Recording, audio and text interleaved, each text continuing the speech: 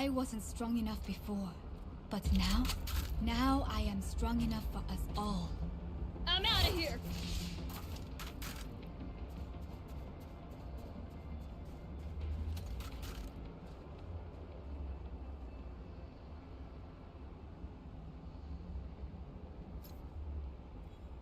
Go, go, go!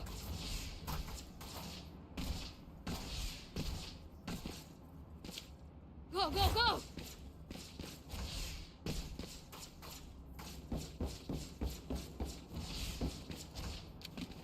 I'm out of here!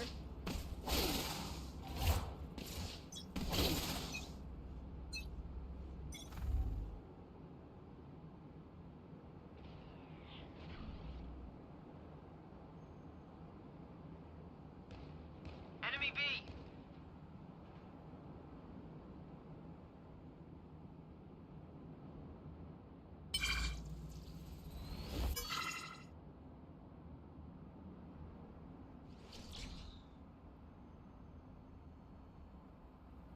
Gotta go!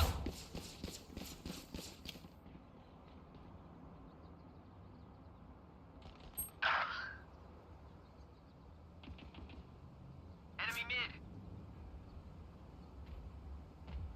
Healing you.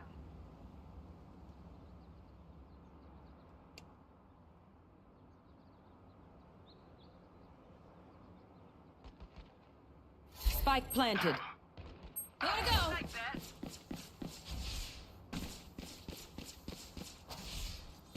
Last player standing.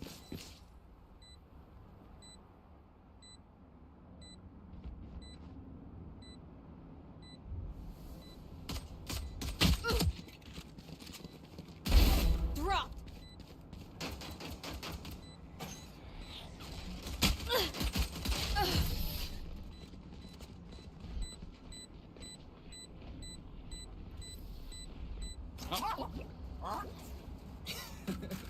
Hey, Neon. Mosh kinda likes you. Interverse breach detected. All security staff with level 6 clearance report immediately to levels 1, B1, and B2.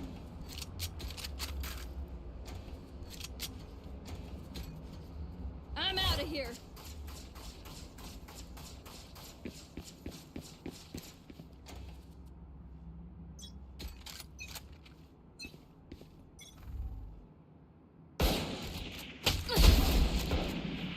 Enemy B!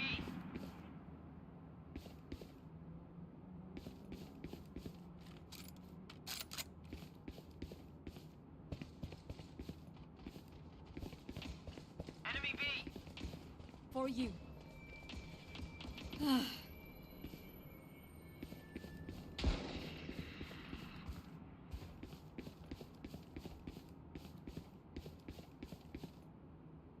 Gotta go! Go, go, go! Enemy spotted mid. I'm out of here! Multiple enemies mid. Running low. Here.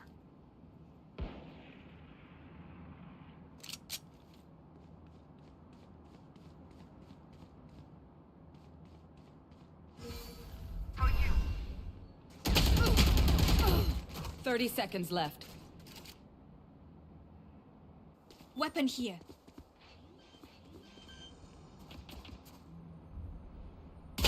Spike planted. Last player standing.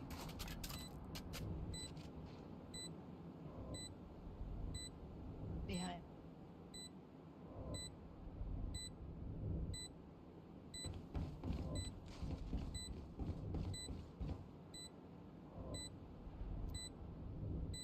Hey!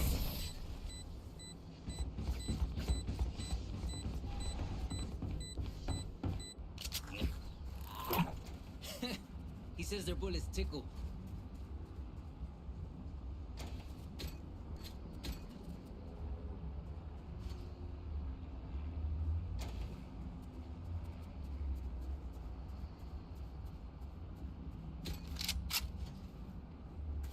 Go, go, go! Watch Watch your step.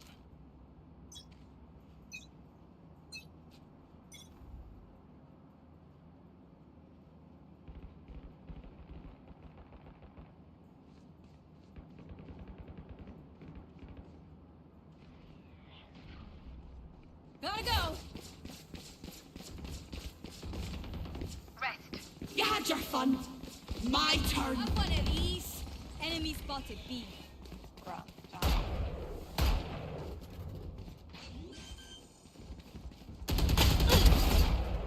Spike planted. Peace.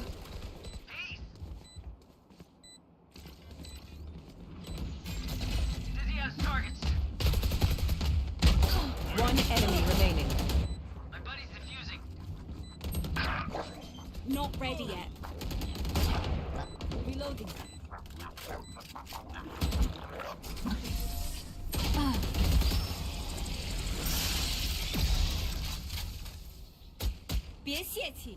Now let's turn this around.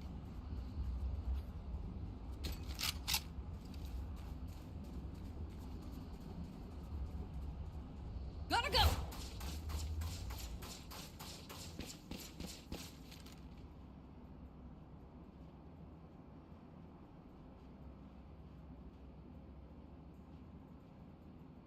By any means necessary.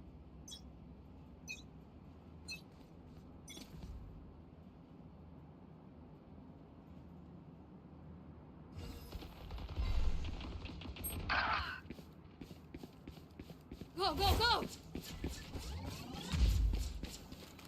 Enemy spotted mid.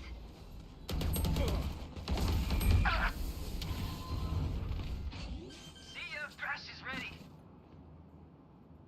Spike outta here. planted.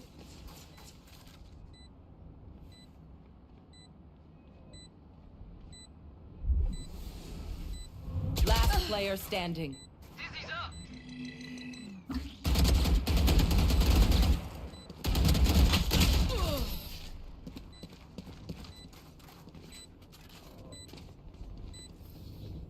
If you must fall, then fall near me.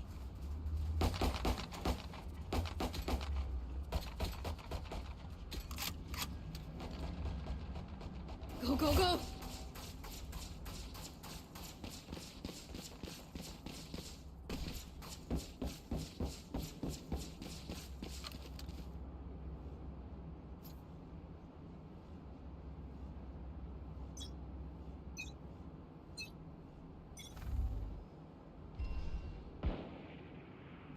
Enemy spotted. Mid.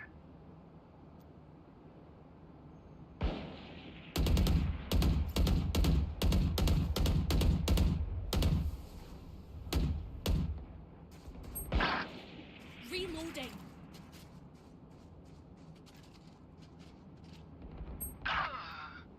Gotta go! Spike planted.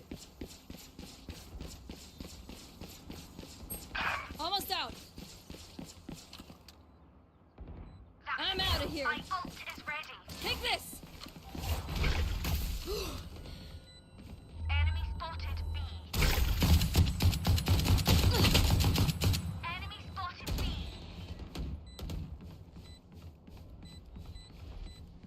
Last player standing.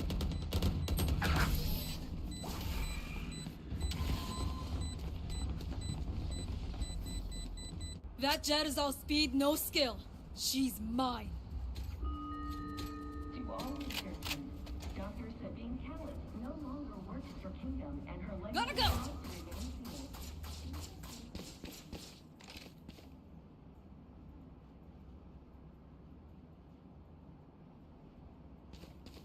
Gotta go!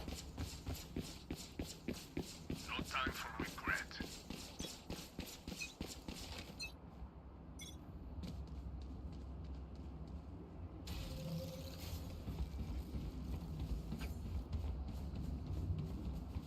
Go, go, go!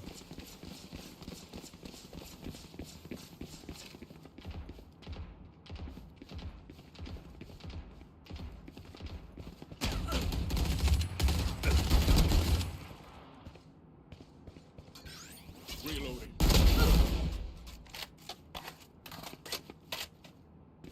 I'm out of here. There.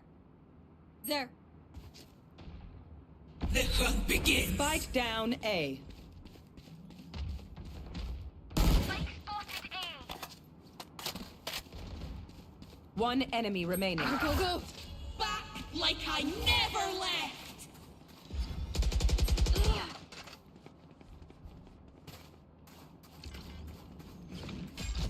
I'm out of here. They were not good enough. Reloading. So, do we mix it up? Double down? Let's talk. Dr. Owen is your Go, go, go.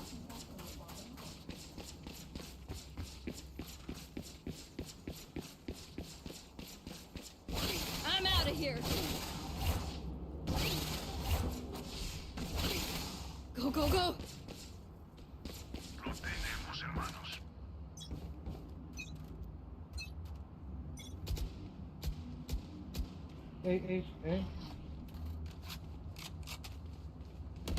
Gotta go.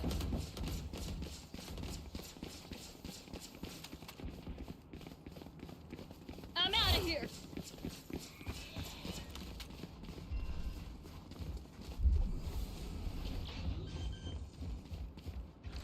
You are Spike planted. system failure. Reloading. Can't use it. Enemy spotted A. Cut your My territory, my rules. dropping. Gotta go.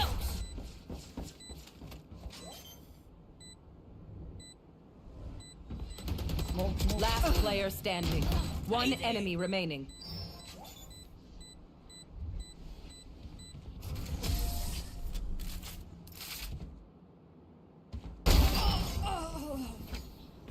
I know what must be done. Gotta go.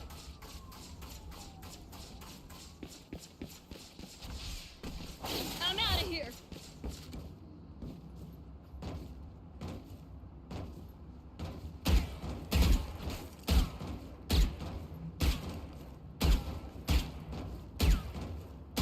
I love the sport.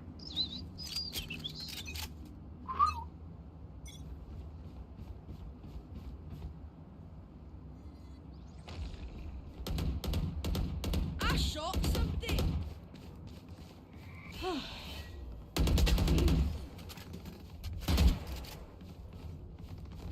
Drop in a scoop. Fought well. I'm out of here.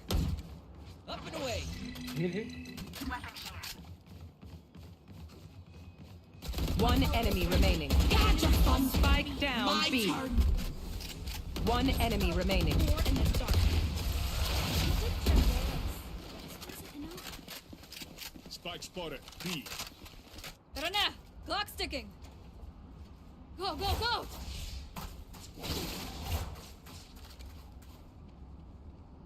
Go, go, go.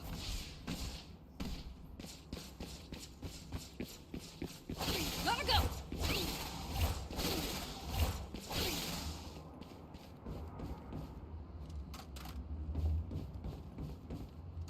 No more.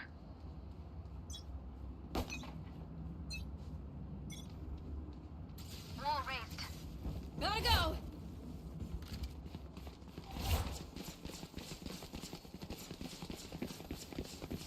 Go, go, go.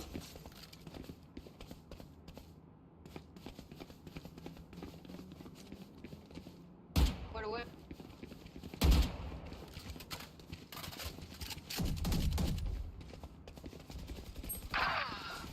Gotta go. Target down. Your duty is not over. Thank you, Nate. This is how it ends. Spike planted. Got them. Reloading. Enemy spotted B. Got him. Enemy spotted B.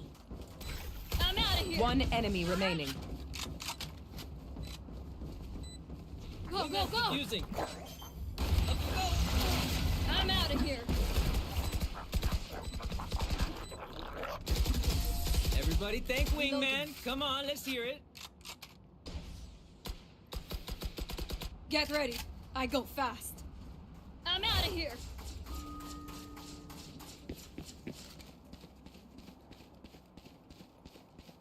Go, go, go.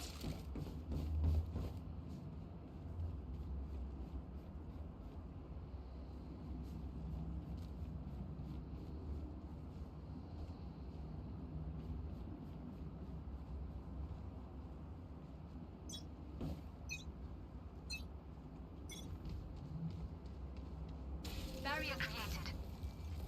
Hi. Bye. Go, go, go. Enemy spotted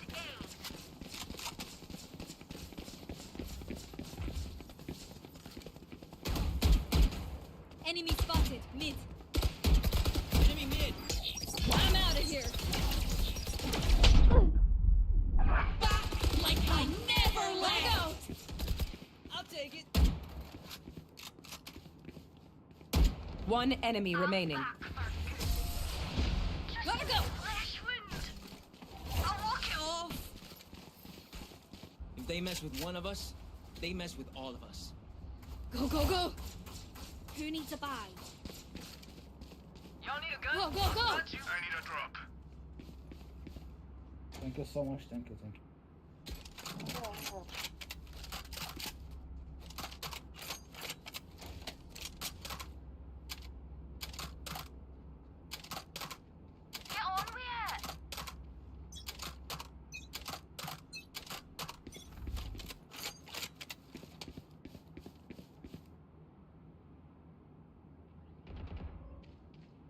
Spike down B. Spotted B. Enemy spotted. Dizzy has target. Nice try. One enemy remaining. Flawless. That was clean. Keep it up. Last round in the half. No point saving. Buy it all. I'm out of here.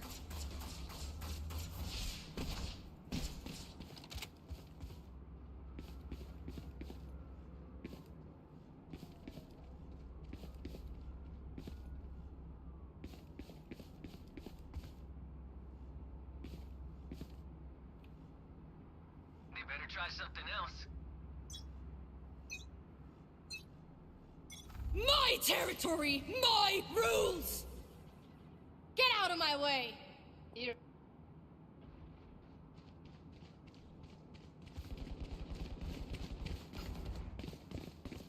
I'm out of here.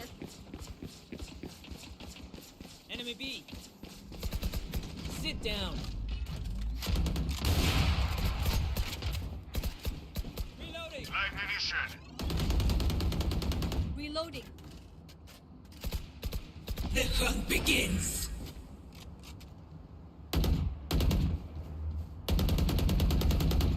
Reloading. Dizzy's up top. Somebody's there. Spike down Gotta A. go. Reloading.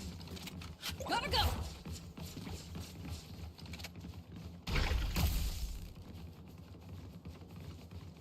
I'm out of here. Spotted attacker spawn. One enemy I'm out of remaining. here. Flawless. Refreshing. Switching sides. No, then, papaya. If you compromise your position, you hand them a free kill. Go, go, go.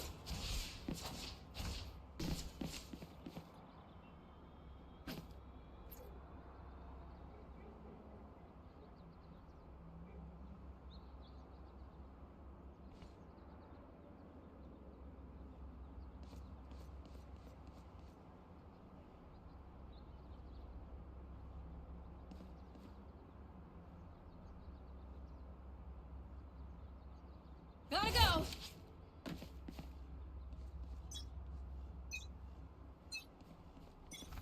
No peeking. Launching missile. Here. Dizzy's up. For you. Enemy B. Reloading. Wingman's gonna plant spike. Reloading. Reloading. Spike sticking. Thanks, little Reloading. man. Enemy B. Reloading.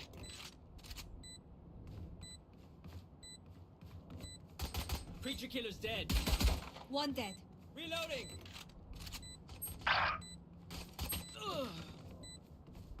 Reloading.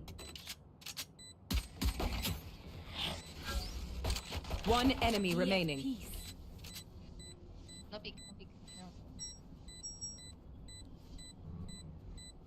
Healing you.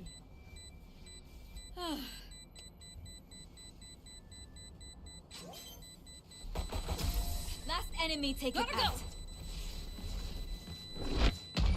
Go, go, go! My ballistics set up easy kills. And if they don't, pues, you can't complain if you're dead.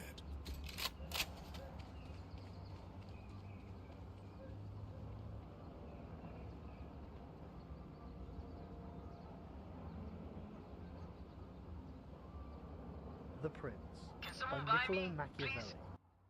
Dedication to the magnificent Lorenzo de Piero de Medici. Those who strive to obtain the good graces of a prince are accustomed to come before him with such things as they hold most precious, or in which they see him take most delight, whence one often sees horses, arms, cloth of gold, precious stones, and similar ornaments presented to princes worthy of their greatness. Desiring therefore to present myself to your magnificence with some testimony of my devotion towards you, I have not found among my possessions anything which I hold more dear or value so much as the knowledge of the actions of great men, acquired by long experience in contemporary affairs and a continual study of antiquity, which, having reflected upon it with great and prolonged diligence, I now send, digested into a little volume, to your magnificence. And although I may consider this work unworthy of your countenance, nevertheless, I trust much to your benignity that it may be acceptable, seeing that it is not possible for me to make a better gift than to offer you the opportunity of understanding, in the shortest time, all that I have learned in so many years, and with so many troubles and dangers, which work I have not embellished with swelling or magnificent words, nor stuffed with rounded periods, nor with any extrinsic allurements or adornments whatever, with which so many are accustomed to embellish their works. For I have wished either that no honour should be given of it, or else that the truth of the matter and the weightiness of the theme shall make it acceptable. Nor do I hold with those who regard it as a presumption if a man of low and humble condition dare to discuss and settle the concerns of princes, because, just as those who draw landscapes place themselves below in the plain to contemplate the nature of the mountains and of lofty places, and in order to contemplate the plains, place themselves upon high mountains, even so to understand the nature of the people, it needs to be a prince, and to understand that of princes, it needs to be of the people. Take then your magnificence, this little gift in the spirit in which I send it, wherein, if it be diligently read and considered by you, you will learn my extreme desire that you should attain that greatness which fortune and your other attributes promise. And if your magnificence, from the summit of your greatness, will sometimes turn your eyes to these lower regions, you will see how unmeritedly I suffer a great and continued malignity of fortune. Chapter 1. How many kinds of principalities there are, and by what means they are acquired. All states, all powers, that have held and hold rule over men, have been and are either republics or principalities. Principalities are either hereditary, in which the family has been long established, or they are new. The new are either entirely new, as was Milan to Francesco Sforza, or they are, as it were, members annexed to the hereditary state of a prince who has acquired them, as was the kingdom of Naples to that of the King of Spain. Such dominions thus acquired are either accustomed to live under a prince, or to live in freedom, and they are acquired by either the arms of the prince himself, or of others, or else by fortune or by ability. Chapter 2. Concerning hereditary principalities. One enemy remaining. I will leave out all discussion on republics, inasmuch in another place I have written of them at length, and will address myself only to principalities. In doing so, I will keep to the order indicated above, and discuss how such principalities are to be ruled and preserved. I say at once there are fewer difficulties in holding hereditary states, and those long accustomed to the family of their prince, than new ones, for it is sufficient only not to transgress the customs of his ancestors, and to deal prudently with circumstances as they arise, for a prince of average powers to maintain himself in his state, unless he be deprived of it by some extraordinary and excessive force, and if he should be so deprived of it, whenever anything sinister happens to the usurper, he will regain it. We have in Italy, for example, the Duke of Ferrara, who could not have withstood the attacks of the Venetians in 84, nor those of Pope Julius in 10, unless he had been long established in his dominions. For the hereditary prince has less cause and less necessity to offend, hence it happens that he will be more loved, and unless extraordinary vices cause him to be hated, it is reasonable to expect that his subjects will be naturally well disposed towards him, and in the antiquity and duration of his rule, the memories and motives that make for change are lost, for one change always leaves the two thing for another. Chapter 3. Concerning mixed principalities. But if the difficulties occur in a new principality, and firstly, if it be not entirely new, but is, as it were, a member of a state which, taken collectively, may be called composite, the changes arrive chiefly from an inherent difficulty which there is in all new principalities. For men change their rulers willingly, hoping to better themselves, and this hope induces them to take up arms against him who rules, wherein they are deceived, because they afterwards find by experience that they have gone from bad to worse. This follows also on another natural and common necessity, which always causes a new prince to burden those who have submitted to him with his soldiery, and with infinite other hardships which he must put upon his new acquisition. In this way you will have enemies in all those whom you have injured in seizing the principality, and you are not able to keep those friends who put you there, because of your not being able to satisfy them in the way they expected, and you cannot take strong measures against them, feeling bound to them. For although one may be very strong in armed forces, yet in entering a province one has always need of the goodwill of the natives. For these reasons Louis XII, King of France, quickly occupied Milan, and as quickly lost it, and had to turn him out the first time it only needed Ludovico's own forces, because those who had opened the gates to him, finding themselves deceived in their hopes of future benefit, would not endure the ill treatment of the new prince. It is very true that, after acquiring rebellious provinces a second time, they are not so lightly lost afterwards, because the prince, with little reluctance, takes the opportunity of rebellion to punish the delinquents, to clear out the suspects, and to strengthen himself in the weakest places. Thus, to cause France to lose Milan, for the first time it was enough for Duke Ludovico to raise the insurrections on the borders, but to cause him to lose it a second time, it was necessary to bring the whole world against him, and that his armies should be defeated and driven out of Italy, which followed from the causes above mentioned. Nevertheless, Milan was taken from France both the first and second time. The general reasons for the first have been discussed. It remains to name those for the second, and see what resources he had, and what anyone in his situation would have had for maintaining himself more securely in his acquisition than did the King of France. Now I say that those dominions which, when acquired, are added to an ancient state by him who acquires them, are either of the same country and language, or they are not.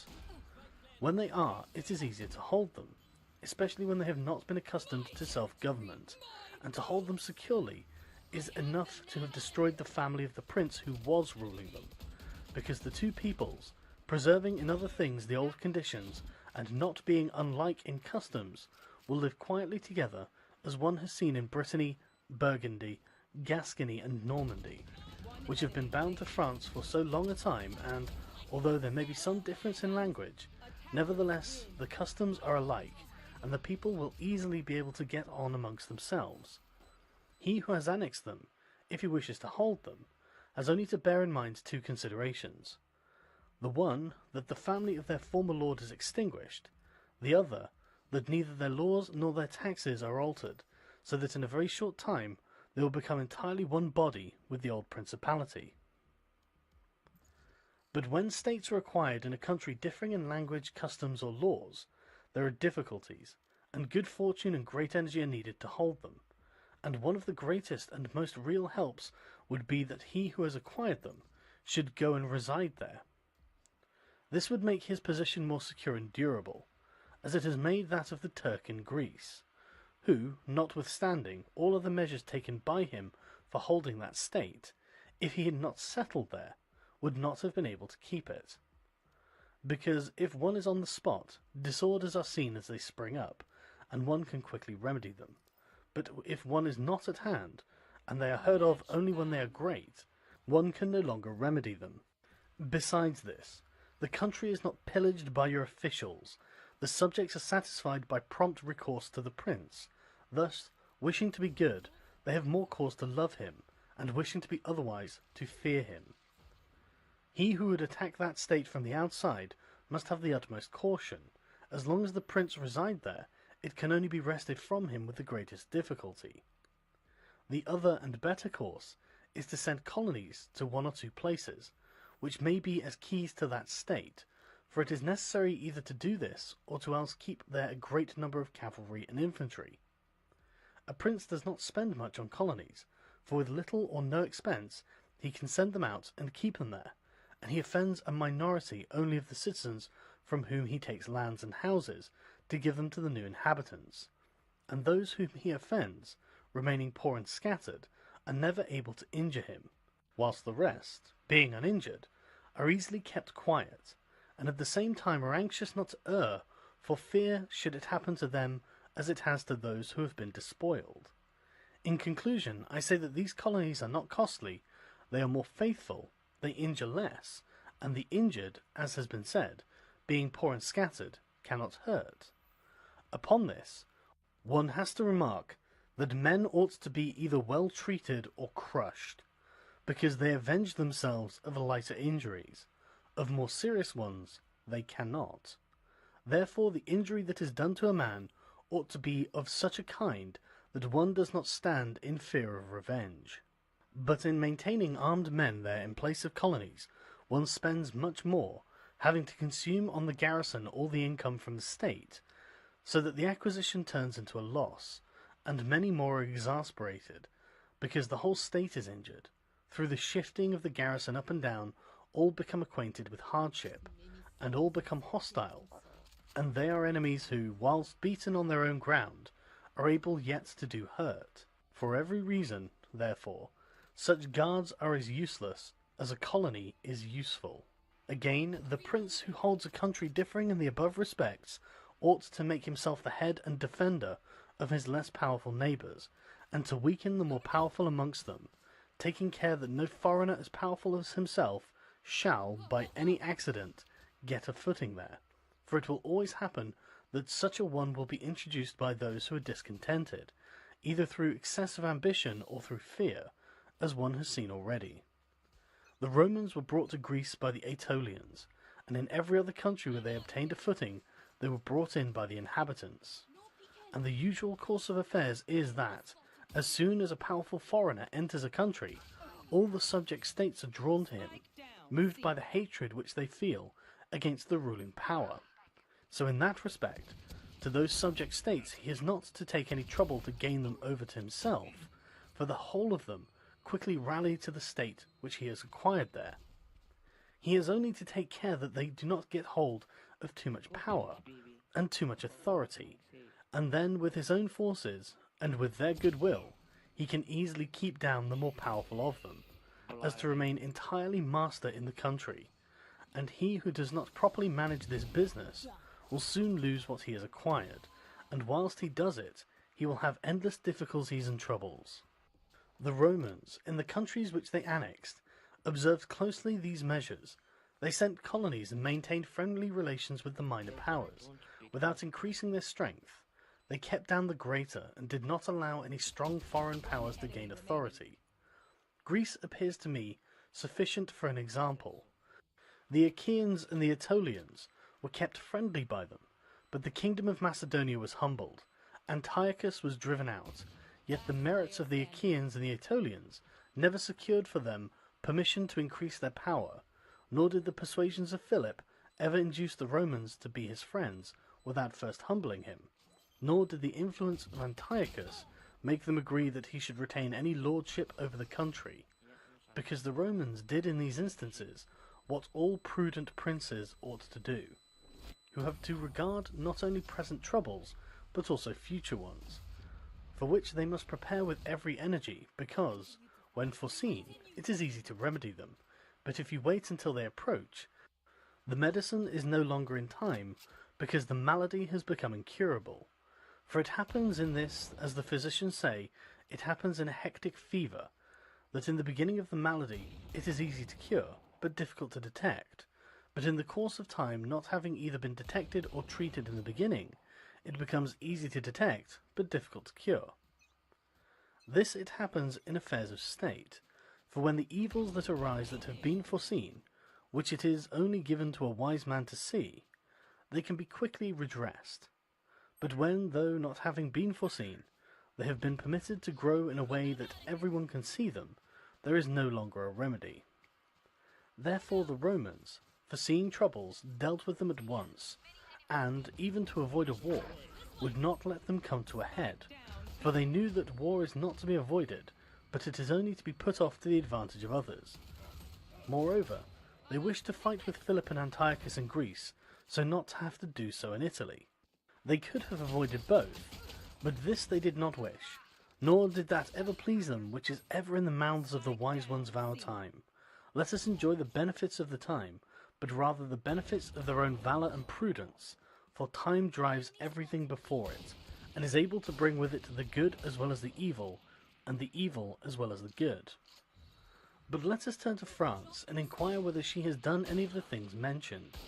I will speak of Louis XII, and not of Charles VIII, as the one whose conduct is the better to be observed, he having held possession of Italy for the longest period, and you will see that he has done the opposite to those things which ought to be done to retain a state composed of diverse elements. King Louis was brought into Italy by the ambitions of the Venetians, who desired to obtain half the state of Lombardy by his intervention. I will not blame the course taken by the king, because wishing to get a foothold in Italy, and having no friends there, seeing rather that every door was shut to him owing to the conduct of Charles, he was forced to accept those friendships which he could get, and he would have succeeded very quickly in his design, if in other matters he had not made some mistakes. The king, however, having acquired Lombardy, regained at once the authority which Charles had lost. Genoa yielded, the Florentines became his friends, the Marquis of Mantua, the Duke of Ferrara, the Bentivogli, my Lady of Forli, the Lords of Faenza, of Pesaro, of Rimini, of Camerino, of Piombino, of Lucchese, the Pisans, the Sienese. Everybody made advances to him to become his friend.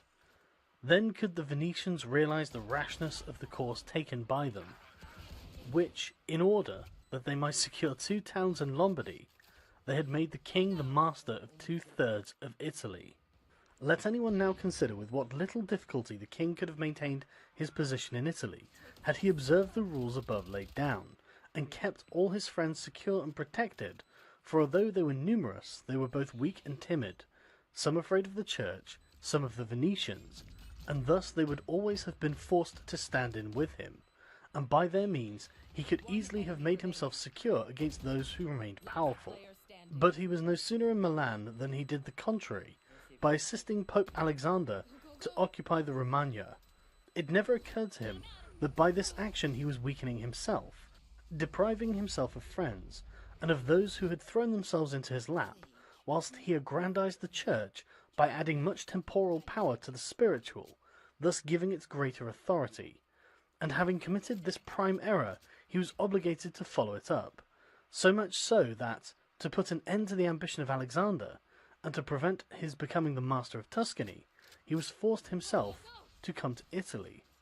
And as if it were not enough to have aggrandized the church and deprived himself of friends, he, wishing to have the kingdom of Naples, divides it with the king of Spain, and where he was the prime arbiter in Italy, he takes an associate, so that the ambitious of that country and the malcontents of his own should have somewhere to shelter, and whereas he could have left the kingdom his own pensioner as king, he drove him out, to put one there who was able to drive him, Louis, out in turn.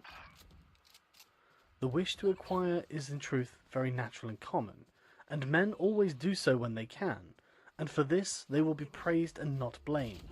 Yet when they cannot do so, yet wish to do so by any means, then there is folly and blame. Therefore, if France could have attacked Naples with her own forces, she ought to have done so. If she could not, then she ought not to have divided it.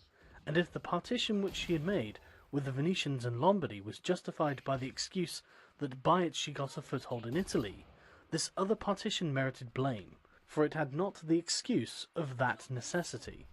Therefore Louis made these 5 errors. He destroyed the minor powers. He increased the strength of one of the greater powers in Italy. He brought in a foreign power. He did not settle in the country. He did not send colonies. Which errors, had he lived, were not enough to injure him, had he not made a 6th, by taking away their dominions from the Venetians. Because, had he not aggrandized the church, nor brought Spain into Italy, it would have been very reasonable and necessary to humble them. But having first taken these steps, he ought never have consented to their ruin, for they, being powerful, would always have kept off others from designs on Lombardy, to which the Venetians would never have consented, except to become the masters themselves there. Also because the others would not wish to take Lombardy from France in order to give it to the Venetians, and to run counter to both, they would not have had the courage. And if anyone should say, King Louis yielded the Romagna to Alexander and the kingdom of Spain to avoid war, I answer for the reasons given above that a blunder ought never to be perpetrated to avoid war, because it is not to be avoided, but is only deferred to your disadvantage. And if another should allege the pledge which the king had given the Pope that he would assist him in the enterprise, in exchange for the dissolution of his marriage and for the cap to Rouen, to that I reply what I shall write later on, concerning the faith of princes and how it ought to be kept. Thus King Louis lost Lombardy, by not having followed any of the conditions observed by those who have taken possession of countries and wished to retain them. Nor is there any miracle in this, but much that is reasonable and quite natural. And on these matters I spoke at Nantes with Rouen, and when Valentino, as Caesar Borgia, the son of the Pope Alexander, was usually called, occupied the Romagna, and on Cardinal Rouen, observing to me that the Italians did not understand war, I replied to him that the French did not understand statecraft, meaning that otherwise they would not have allowed the Church to reach such greatness. And in fact it had been seen that the greatness of the Church and of Spain in Italy had been caused by France, and her ruin may be attributed to them. From this, a general rule is drawn, which never or rarely fails, that he who is the cause of another becoming powerful is ruined, because that predominancy has been brought about either by astuteness or else by force, and both are distrusted by him who has been raised to power. Chapter 4. Why the kingdom of Darius, conquered by Alexander, did not rebel against the successors of Alexander at his death. Considering the difficulties which men have to hold on to a newly acquired state, one might wonder how, seeing that Alexander the Great became master of Asia in a few years, and died whilst it was scarcely settled, whence it might appear reasonable that the whole empire would have rebelled, nevertheless his successors maintained themselves, and had to meet no other difficulty than which arose amongst themselves, from their own ambitions. I answer that the principalities of which one has record are found to be governed in 2 ways, either by a prince with a body of servants who assist him to govern the kingdom as ministers by his favour and permission, or by a prince and barons, who hold that dignity by antiquity of blood, and not by the grace of the prince. Such barons have states in their own subjects, who recognize them as lords and hold them in natural affection. Those states that are governed by a prince and his servants hold their prince in more consideration, because in all the country there is no one who is recognized as superior to him, and yet if they yield obedience to another, they do it as to a minister and an official, and they do not bear him any particular affection. Examples of these two governments in our time are the Turk and the King of France.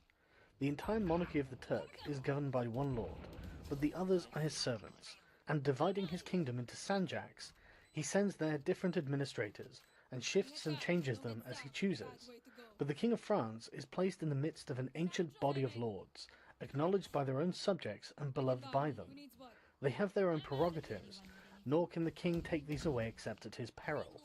Therefore, he who considers both of these states will recognize great difficulties in seizing the state of the Turk, but once it is conquered, great ease in holding it.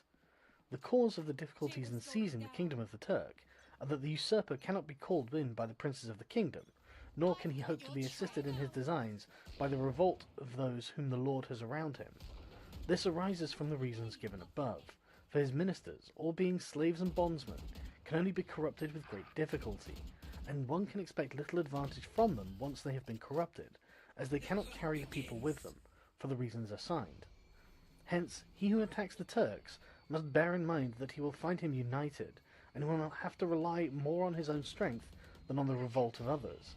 But if the Turk has been conquered, and routed in the field in such a way that he cannot replace his armies, there is nothing to fear but the family of the prince, and this, being exterminated, there remains no one to fear, the others having no credit with the people, and as the conqueror did not rely on them before his victory, so he ought not to fear them after it. The contrary happens in kingdoms governed like that of France, because one can easily enter there by gaining over some baron of the kingdom, for one always finds malcontents and such as desire a change. Such men, for the reasons given, can open up the way into the state and render the victory easy. But if you wish to hold it afterwards, you meet with infinite difficulties, both from those who have assisted you and from those you have crushed. Nor is it enough for you to have exterminated the family of the prince, because the lords that remain make themselves the heads of fresh movements against you, and as you are unable either to satisfy or exterminate them, that state is lost whenever time brings the opportunity. Now if you will consider what is the nature of the government of Darius, you will find it similar to the kingdom of the Turk, and therefore it was only necessary for Alexander first to overthrow him in the field, and then to take the country from him, after which victory, Darius being killed, the state remained secure to Alexander for the above reasons, and if his successors had been united, they would have enjoyed it securely and at their ease, for there were no tumults raised in the kingdom except those they provoked themselves. But it is impossible to hold with such tranquillity states constituted like that of France. Hence arose those frequent rebellions against the Romans in Spain, France, and Greece, owing to the many principalities there were in these states, of which, as long as the memory of them endured, the Romans always held in insecure possession. But with the power and long continuance of the empire, the memory of them passed away, and the Romans then became the secure possessors. And when fighting afterwards amongst themselves, each one was able to attach to himself his own parts of the country, according to the authority he had assumed there, and the family of the former lord being exterminated, none other than the Romans were acknowledged. When these things are remembered, no one will marvel at the ease with which Alexander held the empire of Asia, or at the difficulties which others had to keep in acquisition, such as Pyrrhus and many more. This is not occasioned by the little or abundance of ability in the conqueror, but by the want of uniformity in the subject state. Chapter 5. Concerning the way to govern cities or principalities which lived under their own laws before they were annexed. Whenever those states which have been acquired, as stated, have been accustomed to live under their own laws and in freedom, there are three courses for those who wish to hold them. The first is to ruin them. The next is to reside there in person. The third is to permit them to live under their own laws, drawing a tribute and establishing it within an oligarchy which will keep it friendly to you. Because such a government, being created by the prince, knows it cannot stand without his friendship and interest, and it does the utmost to support him. And therefore he who would keep a city accustomed to freedom will hold it more easily by the means of its own citizens than any other way. There are, for example, the Spartans and the Romans. The Spartans held Athens and Thebes, establishing there an oligarchy. Nevertheless, they lost them. The Romans, in order to hold Capua, Carthage, and Numantia, dismantled them and did not lose them. They wished to hold Greece as the Spartans held it, making it free and permitting its laws, and did not succeed. So to hold it, they were compelled to dismantle many cities in the country. For in truth, there is no safe way to retain them, otherwise by ruining them. And he who becomes master of a city, accustomed to freedom, and does not destroy it, may expect to be destroyed by it. For in rebellion, it has always the watchword of liberty, and its ancient privileges as a rallying point, which neither time nor benefits will ever cause it to forget. And whatever you may do or provide against, they never forget that name or their privileges unless they are disunited or dispersed. But at every chance they immediately rally to them, as Pisa after the 100 years as she had been held in bondage by the Florentines.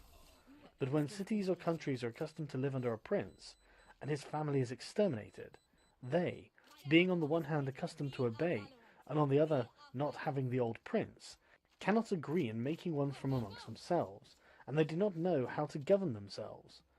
For this reason they are very slow to take up arms, and a prince can gain them to himself and secure them much more easily.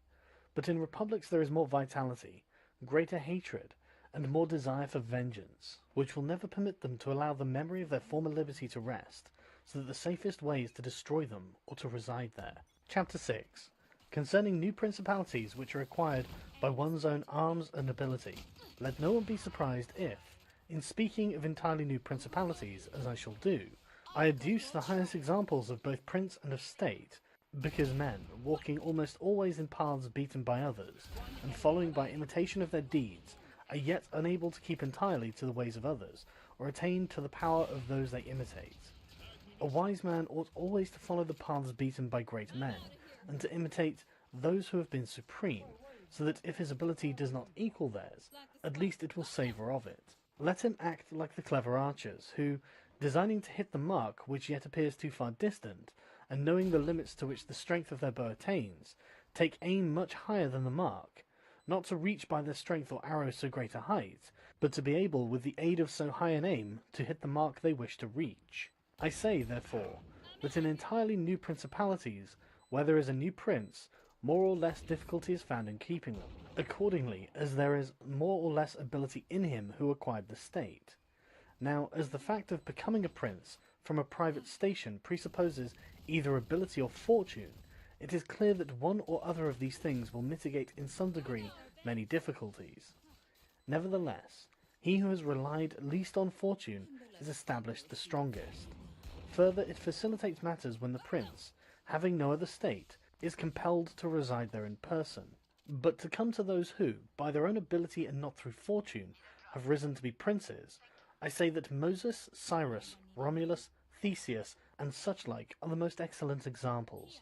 And although one may not discuss Moses, he having been a mere executor of the will of God, yet he ought to be admired, if only for that favour which made him worthy to speak with God.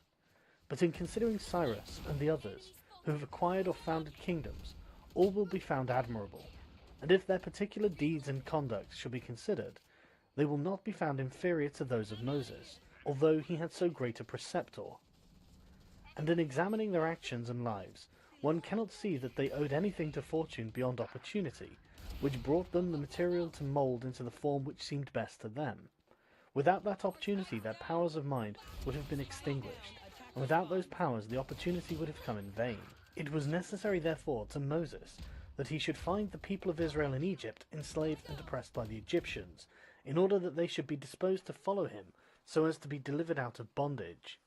It was necessary that Romulus should not remain in Alba, and that he should be abandoned at his birth, in order that he should become the king of Rome and founder of the fatherland. It was necessary that Cyrus should find the Persians discontented with the government of the Medes, and the Medes soft and effeminate through their long peace. Theseus could not have shown his ability had he not found the Athenians dispersed. These opportunities, therefore, made those men fortunate, and their high ability enabled them to recognize the opportunity whereby their country was ennobled and made famous.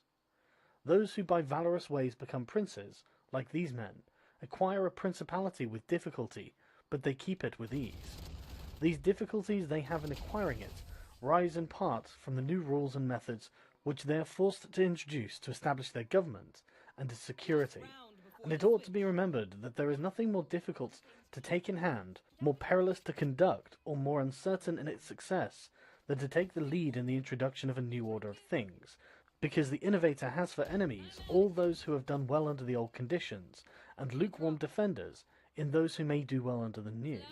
This coolness arises partly from the fear of the opponents, who have the laws on their side, and partly from the incredulity of men, who do not readily believe in new things until they have long experience of them. Thus it happens that whenever those who are hostile have the opportunity to attack, they do it like partisans, whilst the others defend lukewarmly, in such wise that the prince is endangered along with them. It is necessary, therefore, if we desire to discuss the matter thoroughly, to inquire whether these innovators can rely on themselves or have to depend on others. That is to say, whether to consummate their enterprise, have they to use prayers or can they use force? In the first instance, they always succeed badly and never compass anything, but when they can rely on themselves and use force, then they are rarely endangered. Hence it is that all armed prophets have conquered, and the unarmed ones have been destroyed. Besides the reasons mentioned, the nature of the people is variable, and whilst it is easy to persuade them, it is difficult to fix them in that persuasion, and thus it is necessary to take such measures that, when they believe no longer, it may be possible to make them believe by force. If Moses, Cyrus, Theseus, and Romulus had been unarmed, they could not have enforced their constitutions for so long, as happened in our time to Fra Girolamo Savonarola, who was ruined with his new order of things immediately the multitude believed in him no longer, and he had no means of keeping steadfast those who believed or of making the unbelievers to believe. Therefore, such as these have great difficulties in consummating their enterprise, for all their dangers are yet in the ascent, yet with ability they will overcome them. But when these are overcome, and those who envied them their success are exterminated, they will begin to be respected, and they will continue afterwards powerful, secure, honoured, and happy. To these great examples I wish to add a lesser one. It still bears some resemblance to them, and I wish it to suffice me for all of a like kind. It is Hiero the Syracusan. This man rose from a private station to be the Prince of Syracuse, nor did he, either, owe anything to fortune but to opportunity, for the Syracusans, being oppressed, chose him for their captain. Afterwards he was rewarded by being made their prince. He was of so great ability, even as a private citizen, that one who writes of him says he wanted nothing but a kingdom to be a king. This man abolished the old soldiery, organized the new, gave up old alliances and made new ones, and as he had his own soldiers and allies, on such foundations he was able to build any edifice. Thus, while he had endured much trouble in acquiring, he had but little in keeping. Chapter 7. Concerning new principalities which are acquired by either the arms of others or by good fortune. Those who solely by good fortune become princes from being private citizens have little trouble in rising, but much trouble in keeping atop. They have not any difficulties on the way up, because they fly, but they have many when they reach the summit. Such are those whom some state is either given for money or by the favour of him who bestows it, as happened to many in Greece, in the cities of Ionia and of the Hellespont, where the princes were made by Darius, in order that they might hold the cities both for his security and his glory, as also were those emperors who, by the corruption of the soldiers, from being citizens came to empire. Such stand simply elevated upon the goodwill and fortune of him who has elevated them, two most inconstant and unstable things. Neither have they the knowledge requisite for the position, because unless they are men of great worth and ability, it is not reasonable to expect that they should know how to command, having always lived in private condition. Besides, they cannot hold it, because they have not the forces which they can keep friendly and faithful. States that rise unexpectedly then, like all other things in nature, which are born and grow rapidly, cannot leave their foundations and correspondences fixed in such a way that the first storm will not overthrow them, unless, as is said, those who unexpectedly become princes are men of so much ability that they know they have to be prepared at once to hold that which fortune has thrown into their laps, and that those foundations which others have laid before they became princes, they must lay afterwards. Concerning these two methods of rising to be a prince by ability or fortune, I wish to adduce two examples within our own recollection, and these are Francesco Sforza and Cesare Borgia. Francesco, by proper means and with great ability, from being a private person, rose to be Duke of Milan, and that which he had acquired with 1,000 anxieties, he kept with little trouble. On the other hand, Cesare Borgia, called by the people the Duke Valentino, acquired his state during the ascendancy of his father, and on its decline he lost it, notwithstanding that he had taken every measure and done all that ought to be done by a wise and able man to fix firmly his roots in the states, which the arms and fortunes of others had bestowed upon him. Because, as is stated above, he who has not first laid his foundations may be able with great ability to lay them afterwards, but they will be laid with trouble to the architect and danger to the building. If, therefore, all the steps taken by the Duke be considered, it will be seen that he laid solid foundations for his future power, and I do not consider it superfluous to discuss them, because I do not know what better precepts to give a new prince than the example of his actions. And if his dispositions were of no avail, that was not his fault, but the extraordinary and extreme malignity of fortune. Alexander VI, in wishing to aggrandize the Duke, his son, had many immediate and prospective difficulties.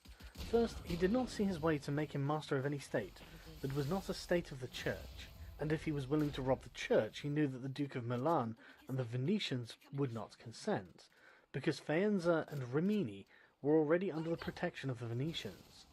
Besides this, he saw the arms of Italy, especially those by which he might have been assisted, in hands that would fear the aggrandizement of the Pope, namely the Orsini and the Colonnesi and their following. It behooved him, therefore, to upset the state of affairs and embroil their powers, so as to make himself securely master of part of their states. This was easy for him to do because he found the Venetians, moved by other reasons, inclined to bring back the French into Italy. He would not only propose this, but he would render it more easy by dissolving the former marriage of King Louis. Therefore the king came into Italy with the assistance of the Venetians and the consent of Alexander. He was no sooner in Milan than the Pope had soldiers from him for the attempt on Romagna, which yielded to him on the reputation of the king.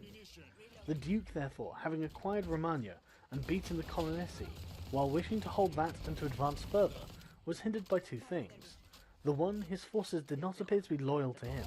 The other, the goodwill of France.